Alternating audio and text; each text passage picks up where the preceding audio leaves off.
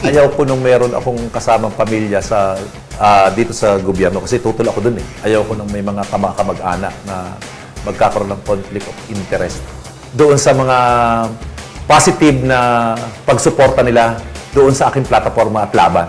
Yun ang hindi ko malimutan dahil nagpagaan sa akin na mas pagpursigihan pa yung aking kampanya para dito sa plataforma na siyang laban ng ating mga mamamayan.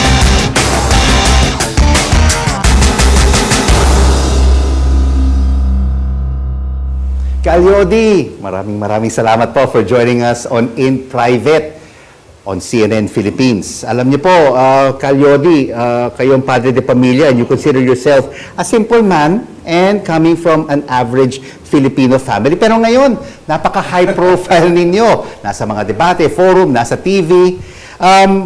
Paano nito binago ang buhay ng inyong pamilya? Halos wala rin naman masyado na bago. Kaya lang, siyempre, sa bahay, mas maganda ang kwentuhan ngayon. Yung aking pamilya, natutuwa, na nakikita nila ako regular sa TV.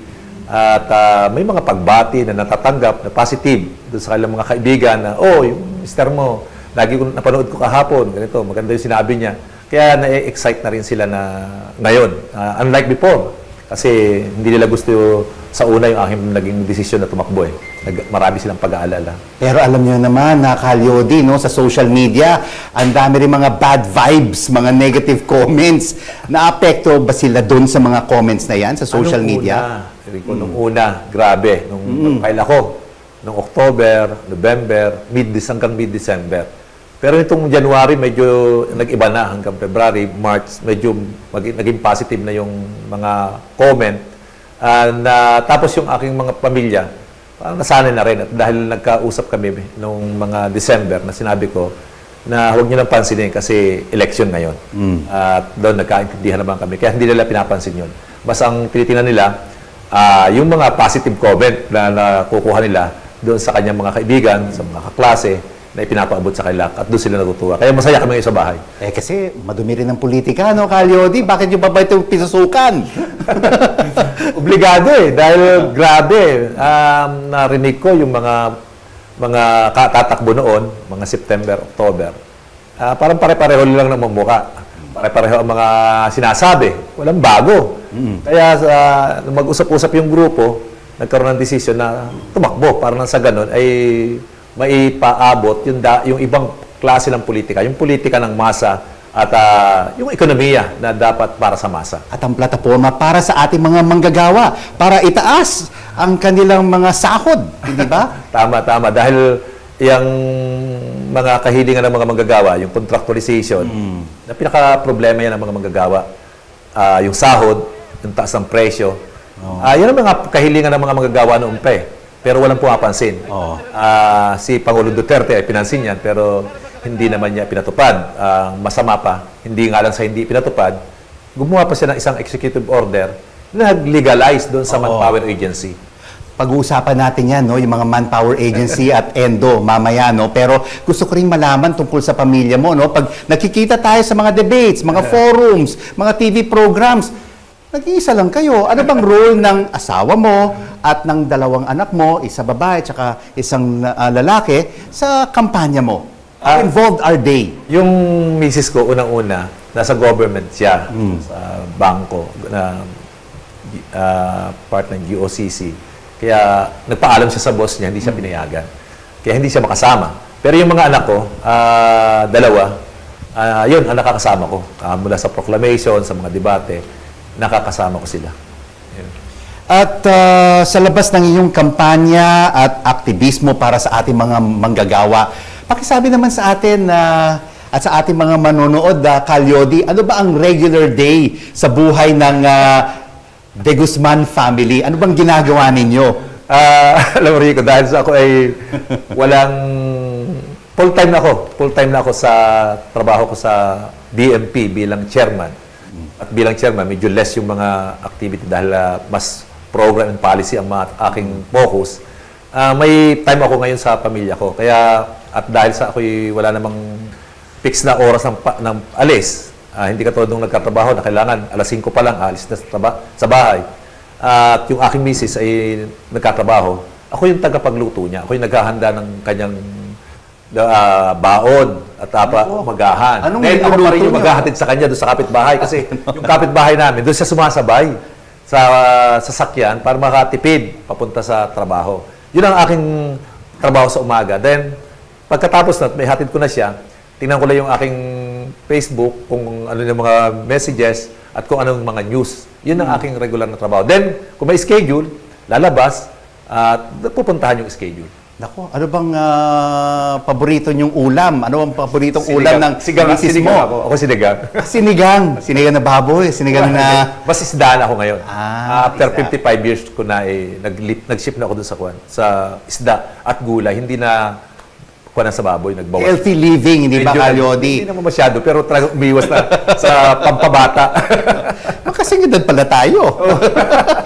Alam mo, Kalyodi, may litrato na magkasama kayong pamilya noong Pasko. Ako, ito pagka may konting negative, no? At pumuna ang mga netizens. May mga nagsabing ikaw daw ay isang burgis at nagpapanggap lamang na masang Pilipino.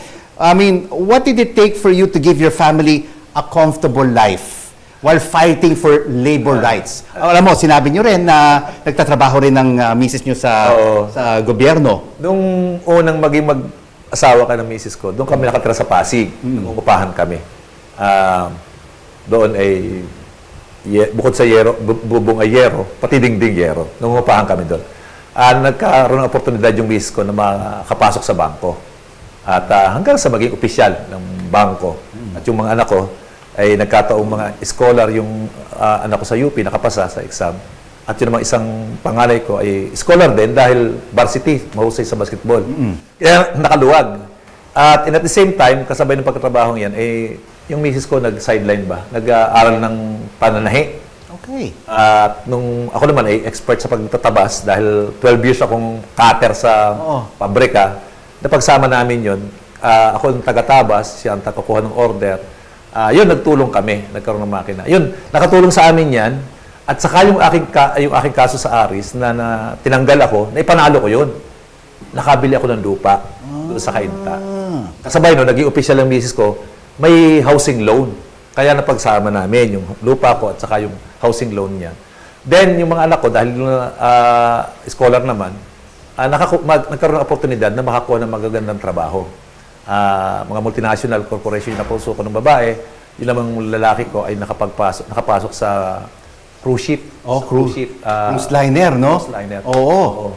Doon. OFW siya. Oo. Yan. Yun nagkatulong-tulong. Nagkatulong-tulong yun. Yung trabaho ng misis ko, yung negosyo naming tahian, at saka yung mga anak ko. Yun ang nagtulong-tulong. At yung sinabi ko sa mga bata na huwag nyo nang pansinin kasi eleksyon. May hugot yan kung bakit. Dahil walang maisip na ipuna kasi may mga nagre-request na ako'y umatras na, may sumuporta sa iba. Kaya yan, diyan ako tinitira na para ako'y umatras. Kaya hindi ko na pinansin dahil, alam mo, Rico, practice na namin yun eh. Yung Pasko. Talagang yung lahat ng best nilalabas namin. Yung mga nakatagong pinggan, mga nakatagong kortina. Papalitan ang lahat para bang merong kang inaantay na importanteng bisita sa araw na yon na kailangan magandang datnan. Yung mga netizens, pinuna rin yung aso ninyo no? Naka-pure breed na aso. Na sinasabi sa magaling yan. Yun ang sinisisi ko. Kako kung malamang kung ako hindi tumatakbo at hindi dahil doon sa aso, malamang hindi na mapapansin eh. Yun namang asong yun ay regalo ng partner nung aking bunso. Yung bunso ko. Regalo sa kanya nung kanyang partner. Kung mananalo kayo bilang presidente ng Pilipinas, ano po ang magiging papel ng misis nyo as First Lady? Sino napupusuhan ninyo bilang Labor Secretary?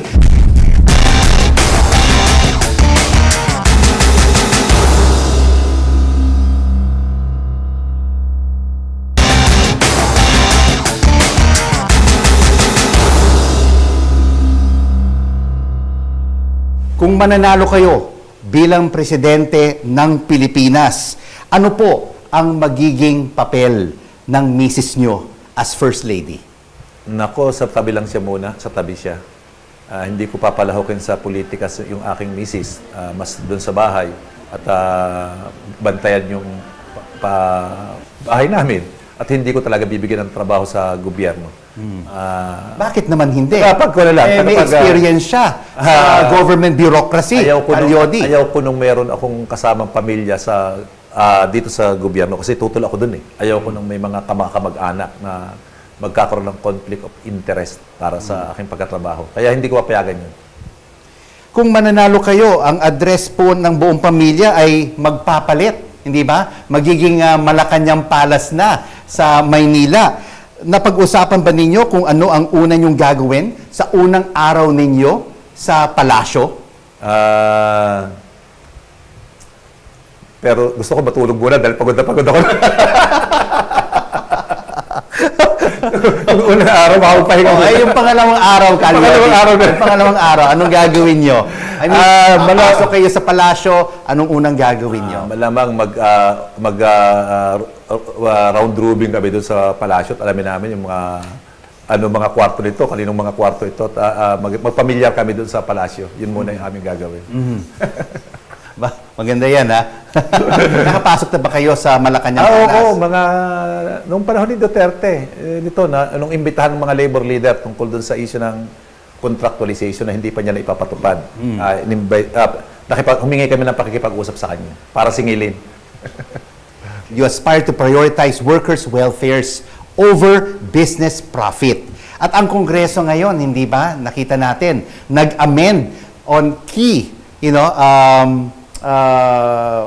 laws, kagaya ng Public Service Act, ang Foreign Investment Act, to attract foreign investors, hindi ba, dito sa ating bansa. Paano po ipapaliwanag ang iyong plataforma sa mga banyagang mamumuhunan? Kailangan ipaliwanag pero hindi ko kailangan sumang-ayon sila o hindi. Kasi ang aking priority talaga ay yung kabuhayan ng ating mga mamayan.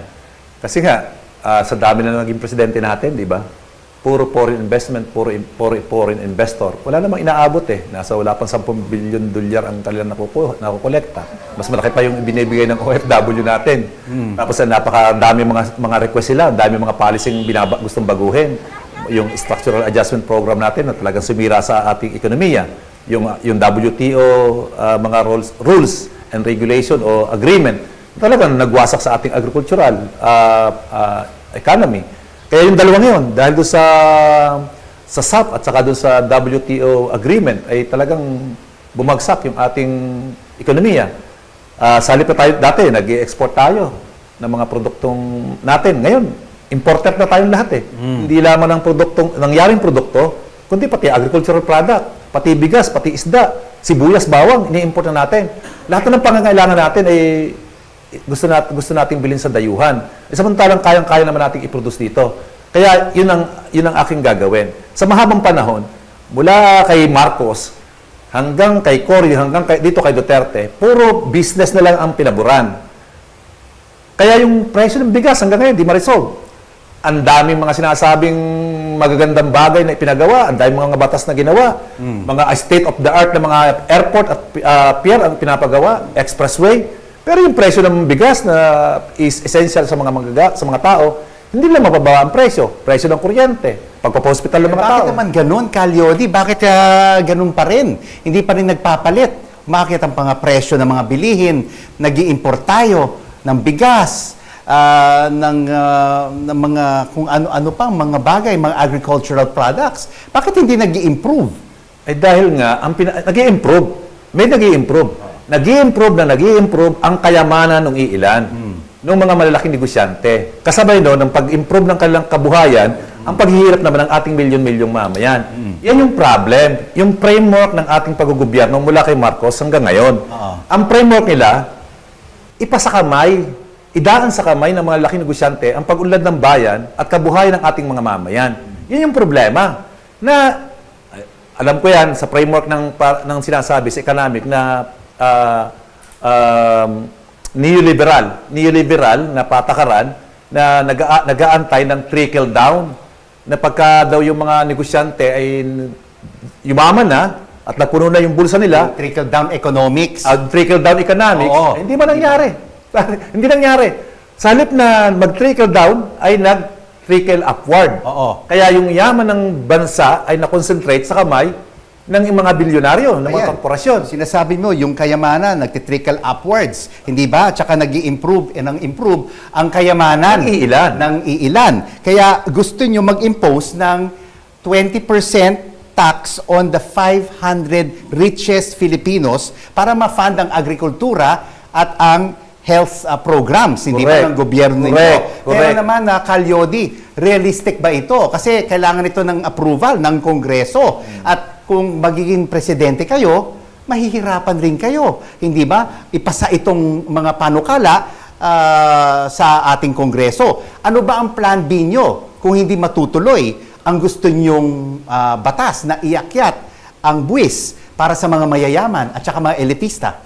Bago ko pasukan yung plan B, kinakailangan, Rico, na ipaliwanag talaga sa ating mga mamayan. Kahit sa mga negosyante, sa mga taga-kongreso, taga-senado, kailangan ipaliwanag. Hindi natin po pwedeng basta-basta na lang mag-impose ng wealth tax sa ating mga mayayaman. Ipaliwanag sa kanila na Educational campaign na malaman kailangan nila. magkaroon ng massive campaign Oo, at na makumbinsi iilan lamang ang yumayaman. Oo. At ang gagawin natin, pagkatapos natin ipaliwanag, na kailangan talagang ihaahon natin ang ating ekonomiya, ang ating kabuhayan, ang kabuhayan ng ating mga manggagawa, ng ating mga magsasaka, at wala namang pera na tayo makukuha sa gobyerno dahil baon sa utang. Yung ating mga mamayan, wala rin ng pera. Ang daming walang trabaho, ang taas ng presyo ng bilihin. Lubog din sila sa hirap. Ang nagkakamanlang pera ay yung mga malaking negosyante. At kahit sa panahon ng pandemya, talaga namang umunlad ang kailang net worth. From 28 to 94% ang ini-increase ng kailang net worth. Kaya tingin ko, tama lamang na sa kaila kunin sa panahon ito.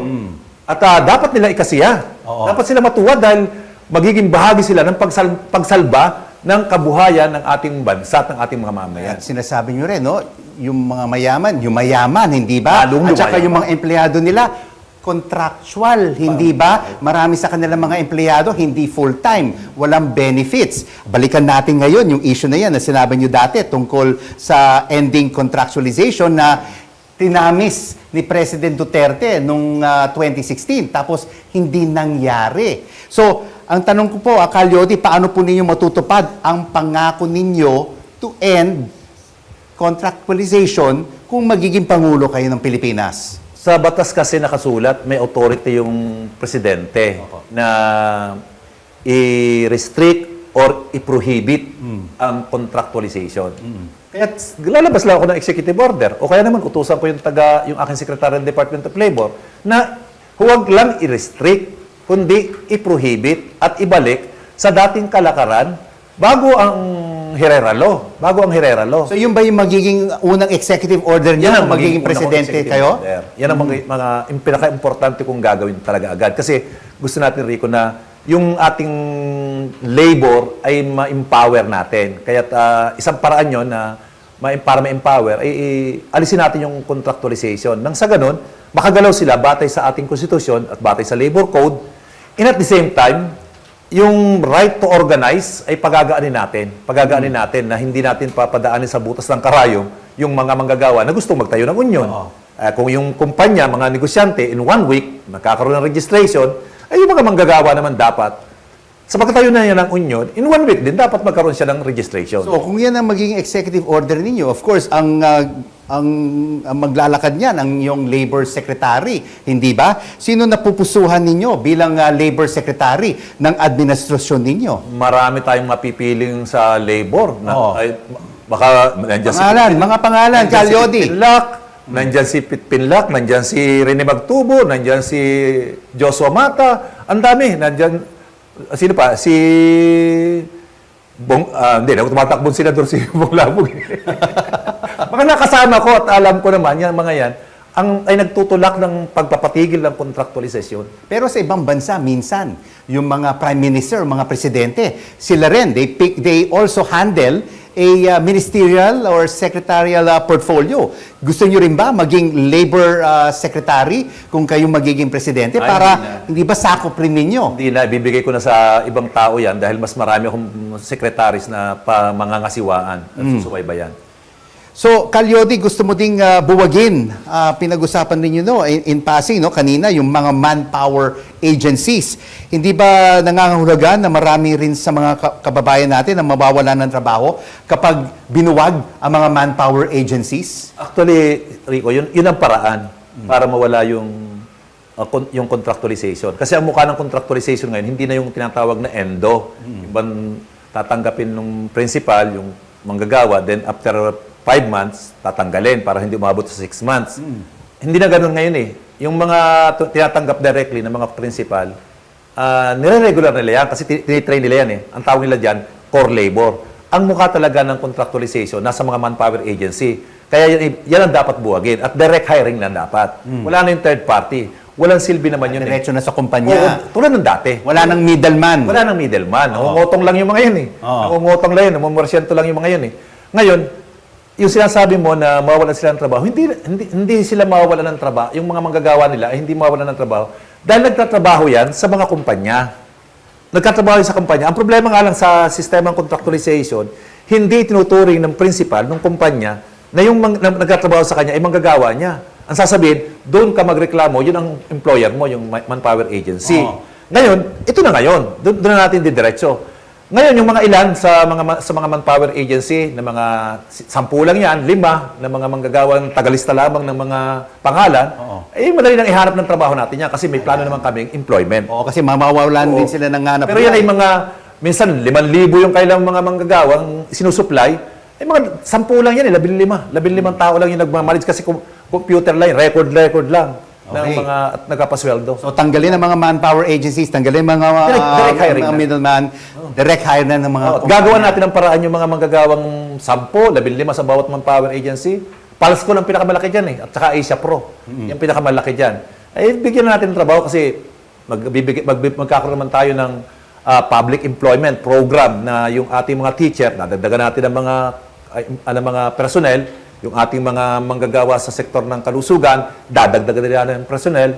Marami tayong program na gagawin na makakikreate ng trabaho. Pero, Calyodi, ang mga manpower agency para sa ating din mga overseas Filipino workers, hindi ba? Ang utang ng isang tao sa Pilipinas, mahigit 100,000. No? Kasama yung bata. Kasama na rin yung bata. Anong gagawin nyo sa ating utang?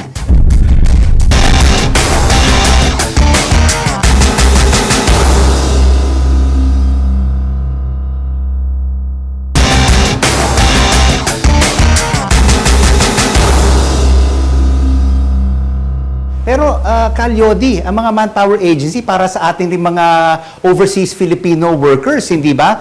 Milyon-milyon sa ating mga kababayan nagtatrabaho sa Middle East, sa Europa, sa Asia, at saka sa Estados Unidos. Kailangan rin hindi ba kailangan rin ng manpower agency para dumaan, para makapag-interview sila sa mga kumpanya na gustong mag-hire sa kanila? Hiwalay sila dito sa mga domestic na mga employment. Sila doon para sa mga for abroad, mga agency sila. Ang gusto ko sana alisin na rin yan, ibawasan ng papel.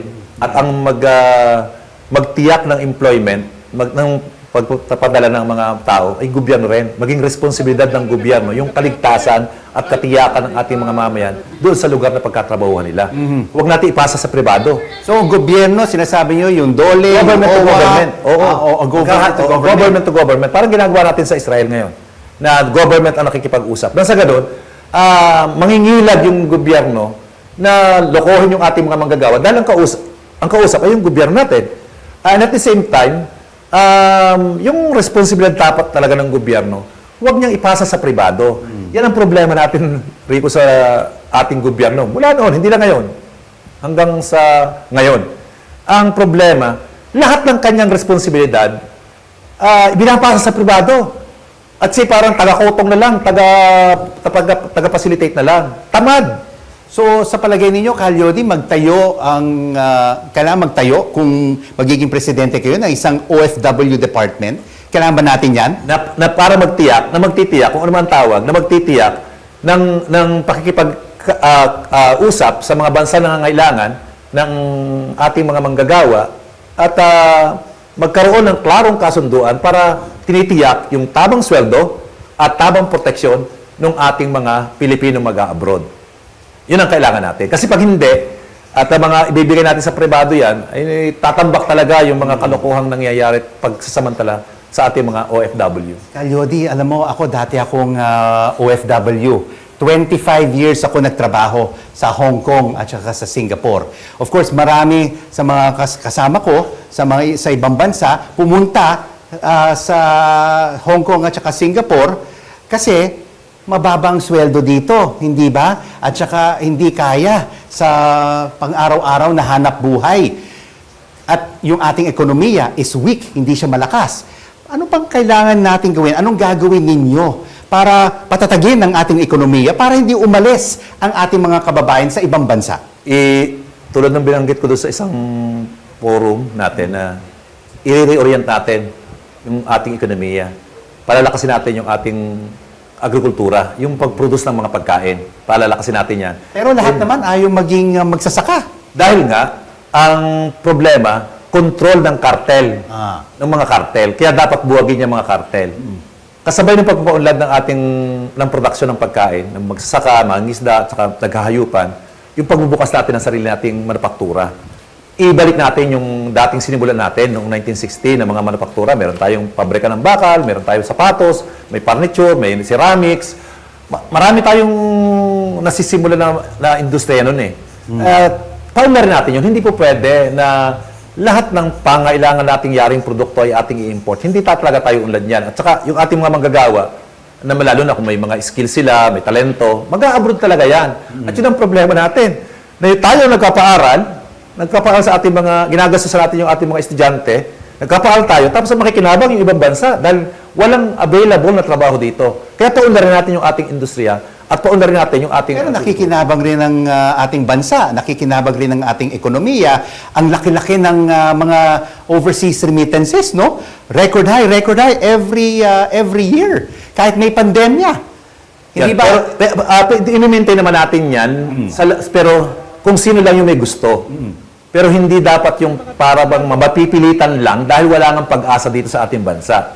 Na iwanan yung pamilya niya, pikit mata, pupunta siya doon para magtrabaho. Kaya nating kitain dito sa ating bansa kung mapapaunlad natin yung ating sariling industriya at saka yung ating pagpuproduce ng maraming pagkain ng ating mga magsasaka. Alam mo, totoo rin yan, Kalyodi, no? Kasi 25 years rin ako sa abroad. Nakikita ko marami rin sa ating mga kababayan. Umiiyak, hindi ba? Nahihirapan.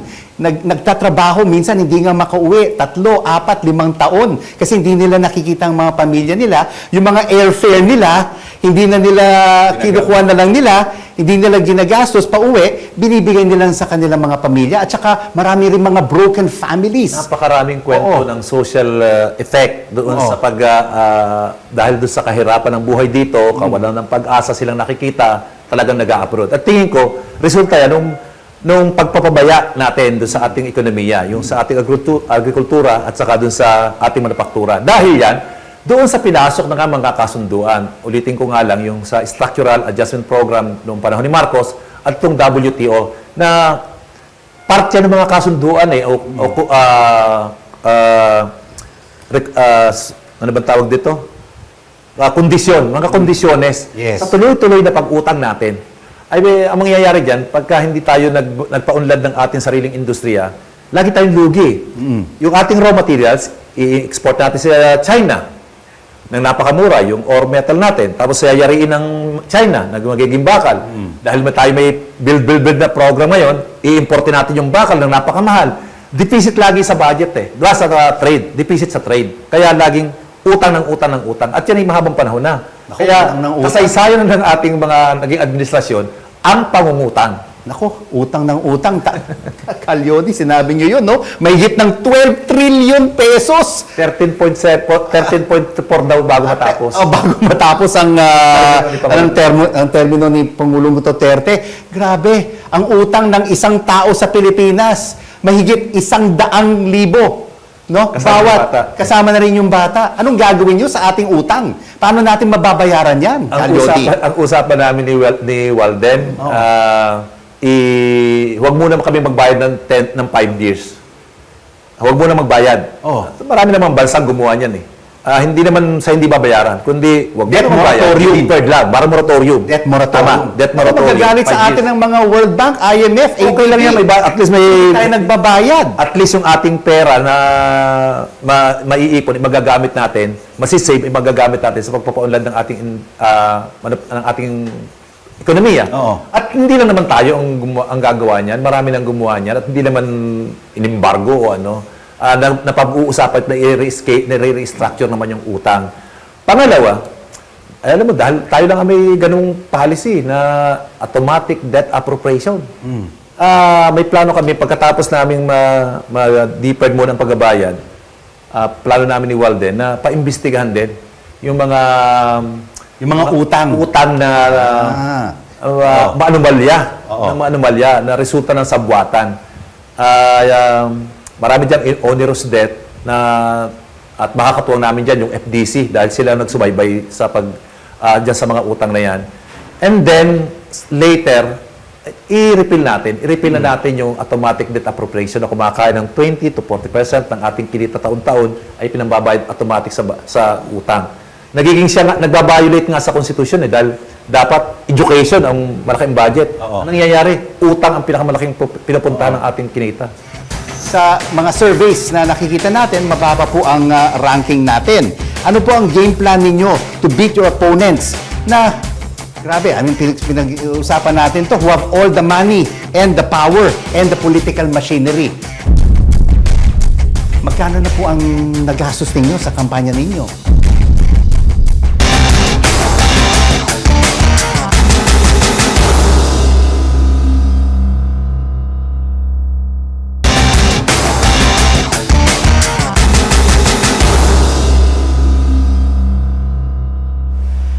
Kalyodi, malapit na ang May 9, 2022, no, ang hatol ng ating bayan sa darating na eleksyon. At hindi po ito ang first time nyo na tumakbo for a national position, no? 2016 for a party list and for senator in 2019. And natalo po kayo, di ba, in both elections. And sa mga surveys na nakikita natin, mababa po ang ranking natin. Ano po ang game plan ninyo to beat your opponents na, grabe, pinag-uusapan natin to, who have all the money and the power and the political machinery in this election? Ano bang game plan ninyo para ma-overtake sila at mapanalo itong eleksyon na ito? Ang mga dagdag namin gagawin ay yung pag-ikot na sa probinsya. Pag-ikot na sa probinsya at pagpapaabot doon sa iba't ibang sektor ng ating lipunan sa mga probinsya na para sila direktang makausap. Aside doon, ang pinakamalaki talaga naming inaasahan ay ipaliwanag sa ating mga mamayan using itong mga ganitong oportunidad na ibinibigay mo sa akin, ma-interview ako, na ipaalam sa ating mga mamayan na yung plataforma ni Calyodi at ni Walden ay ito yung dekadang laban na ng ating mamayan na hindi pinapansin ng mga nagpalit-palit na gobyerno. Kaya yun ang aming pag-asa na mag-sink in sa isip nila bago ang eleksyon, bago pumunta sa presinto, na yung laban ni Calyodi at plataforma niya, yun ang aming matagal ng kahilingan. At saka isa pa, si Calyodi, ay first time ito na tumayo bilang tumakbong presidente ng bansa na galing sa labor. Kaya hindi na tayo maobligang mamili ng lesser evil na tinatawag. Kundi mayroon na silang totoong kakampi sa kanilang laban para sa kapakanan ng kanilang mga kahilingan. Yun ang aming inaasahan talaga na mag-sink in sa isip ng ating mga botante na yung kanilang laban ay plataforma ko ay ang laban nila. Calyodi, sa isang debate sinabi rin ninyo na dapat gobyerno ang gumagastos sa kampanya ng mga politiko. Ang ibig nyo bang sabihin dyan, ang taxpayers, ikaw, ako, ang ating mga kaibigan, ang mga kababayan natin, ang magbabayad sa kampanya ninyo at mga kampanya ng mga kandidato? Tama. Dahil tayo ang naghahanap ng tamang tao eh. Oo. Ang mamayan ang naghahanap ng tamang opisyal ng gobyerno na maglilingkod sa kanya ng tapat. Kaya dapat hindi binibili ang posisyon sa Malacanang. Kailangan level playing field, di ba? Oo. Kung gumagastos ang gobyerno, lahat may budget, lahat ng mga kandidato. Halimbawa ko dyan, yung pagpapakilala sa kakandidato, ang gagawa, gobyerno, using yung kanyang TV station, Channel 4, Channel 13, o kung ano man. CNN Philippines. Kasama. Makikipag-deal Oo. sa mga iba't ibang network na ito, bigyan nyo ng airtime to. Para equal ang playing field at hindi mangyari na si Calyodi na galing sa sektor ay hindi kayang maglagay ng paid ad sa TV dahil wala siyang pera. Pero kung may equal opportunity na binibigay ang ating gobyerno, equal lang. Para nang sa ganun, hindi madaan sa paramihan ng pera. Ngayon kasi ang eleksyon, pagka ikay bilyonaryo, meron kang 5 billion na budget para tumakbong presidente, contender ka. Oh, uneven talaga, no? Ang mga At budget saka ang mangyayari ng mga dyan, kandidato. hindi totoong demokrasya ang eleksyon. Ang eleksyon ay magiging demokrasya ng mga nasa tuktok ng lipunan. Pero yung mga katulad ko, katulad ng leader mga magsasaka, kahit na may matabang puso para sa paglilingkod sa mamayan, ay hindi magkakaroon ng oportunidad sa klase ng eleksyon meron tayo ngayon. So, ngayon, Calyodi, sa pagkampanya ninyo, no, mga motorcade, mga rallies across the country, magkano na po ang nagastos ninyo sa kampanya ninyo? Baka naman may 100,000 na. 100,000 lang? Hindi naman kami nagpaparally. Oo. Hindi naman kami nagpaparally ng mga malalaki. Hindi naman kami nagpapamotorcade. Hindi naman kami namimigay ng t-shirt na napaka-garbo. Hindi naman kami nagpapakain. O hindi naman kami nagbabayad hindi naman kami naglagay ng billboard sa EDSA. Hindi naman kami nagpi-place ng ads sa TV na humahalaga ng halos 800,000 per labas. Wala naman kaming ganyan. 360 sa billboard. Wala naman kaming ganong gastos. Kami talaga, ang aming talagang pinanghahawakan ay paninindigan, plataforma para doon para matugunan yung problema ang kinakaharap ng ating mga mamayan. Pero meron rin bang mga sponsors na tumutulong sa iyo? Kasi ngayon, in 1 week, usually, nakakalabas ka sa mga kampanya, mga 4 to 5 days in a week. Meron bang, of course, kailangan rin nyo po ng funds, hindi ba? Para to spread the word on your platforms for workers. Meron ba kayong mga sponsors?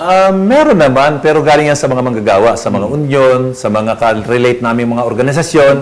May mga nangako sa akin na, yung biyahe mo, sagot na namin.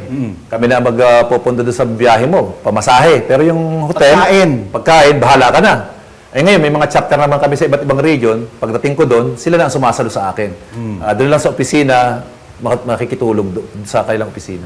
Gusto rin namin malaman, Calyodi, no, kung magiging presidente kayo, kung sino magiging mga miyembro ninyo ng gabinete ninyo. Sinabi po ninyo that you will fill half of your cabinet with women and LGBTQ plus members. Sino-sino po ang nasa listahan ninyo? Sinabi na po ninyo sa akin kung sino ang pwede maging labor secretary ninyo. Sino po magiging, let's say, economic or NEDA secretary general ninyo or ang inyong finance secretary. Kasi yan talaga ang basically yung pillar who will run the economy during your term. Binulong sa akin ni Walden Sabi ni Walden, pag tayo nanalo, ako yung sa finance Ako, sige, okay, approve. Kahit saan ka pwede. Yung sa NEDA, pwede si Sani Apreka. Mahusay ding tao yun. Ng Ibon Foundation. Ng Ibon Foundation, mahusay yun. Yan yung mga naiisip naming ilugar. At so, sa labor, importante sa akin yan, ay yung dati kong mga kasama sa organisasyon ng mga manggagawa, sa United Labor. Nandiyan na Sa Department of Health, I mean, tuloy-tuloy pa rin ang ating pandemya. Meron tayong Omicron subvariants. si Guy Estrada, yun ang ating pwede ilagay sa Sino po? Guy Estrada. Aha. Yung doktora na okay yun. Gusto niyan ay isang prevention ang kanyang approach sa kalusugan ng mamayan. Hindi yung manggamot, magparami ng ospital, magparami ng gamot, kundi mas prevention, gawing malusog ang ating mga mamayan at educated hinggil doon sa kanyang health. Sinong magiging education secretary ninyo at saka DSWD? Kasi ang DSWD, kailangan rin yan, hindi ba? Pagbigay ng ayuda sa ating mga kababayan na nangangailangan. Sa education, pwede si Benjo Basa, yung nasa Teachers Dignity Coalition, pwede siya doon dahil yun naman ang porting niya. Yung isa pa, anong... DSWD. Department of Social Welfare and Development. Ulit ito yung dating naunang sekretary ni Duterte. Tingwalo. Tigawalo. Tigawalo. Pwede yan. Yes. Napagdudahan lang yan, kaya inalis. Pero mahusay din yun. Oo. Oo. And of course, one of our major income earners sa bansa is tourism. Calyodi, sino magiging tourism secretary ninyo? May naisip ko, pwede yan Meraflor? Sino ba ang pangalan nun? Meraflor? Yan, pwede siya nun. Okay. Oo.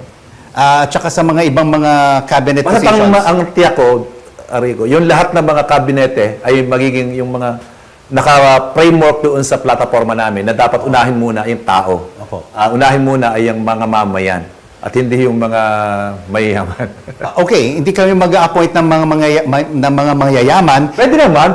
May mga mayayaman naman. na makakatulong sila. May makakatulong. Marami namang akong kaibigan na mayayaman na handang tumulong. Sa mga matatalo na mga presidential candidates, sino po ang gusto nyong o napupusuhan na sumali sa inyong kabinete? Lahat ng gustong sumali, pwede naman nating bigyan ng posisyon. Any yan. specific names sa Calyodi? Baka di naman na magbigay ng specific name. Pero kung papasok sila, kung sino man sa kanila, pwede natin bigyan ng mga ambassador ng iba't ibang bansa para kinatawan ng ating bansa sa ibang bansa.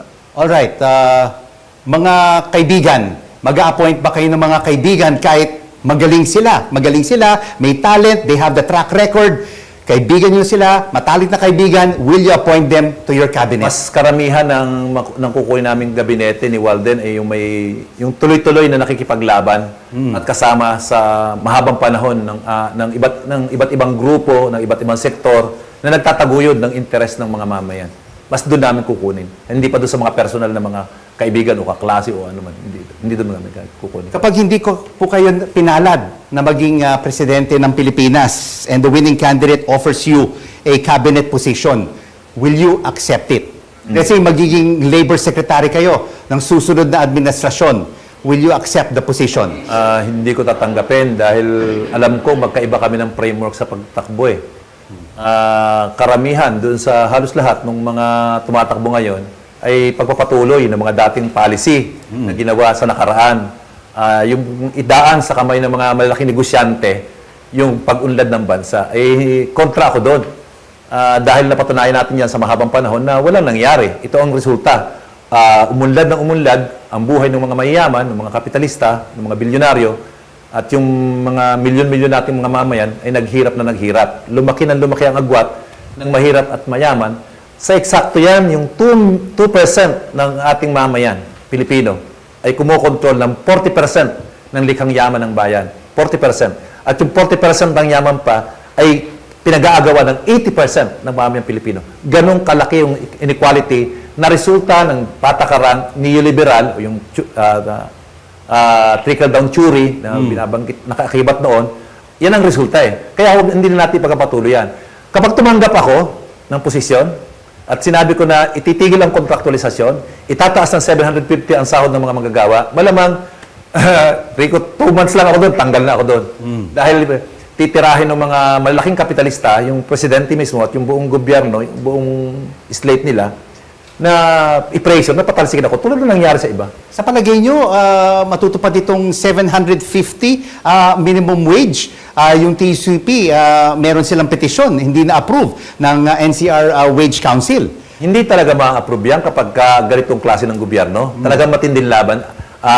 Mangangailangan niya ng malawak na pagkakaisa ng mga manggagawa at aksyon, matinding aksyon ng mga manggagawa. Pero sa klase ng gobyernong ito, ay magkakahirapan talagang ibigayan. At itatanggi yan dahil nga itong gobyerno ito, ay gobyerno ito ng mga kapitalista. Hindi ito gobyerno ng mga manggagawa. Yan ay pangako namin na ilalaban ngayon. Pero ang mabilis niyan kung mangyayari na yung slate ko ang mananalo. At talagang ipatutupad namin yan. Kasabay ng pagpabawal ng contractualization sa ating bansa. So, Calyodi, ano ang mga aral ang natutunan ninyo itong kampanyang ito? Malaking bagay. Halimbawa, itong paglahok ko sa eleksyong ito, ang lawak ng inabot. Ang lawak ng inabot ng aming mga paninindigan, yung aming principle, yung aming plataforma, ang layo ng inabot. At yung mga plataforma na yan ay matagal na namin inilalaban noon pa. Hindi lang kami. kundi iba't iba pang grupo ng mga progresibo na naghahangad ng pagbabago, inilaban yan. At yan na ngayon, inagawang i-mainstream.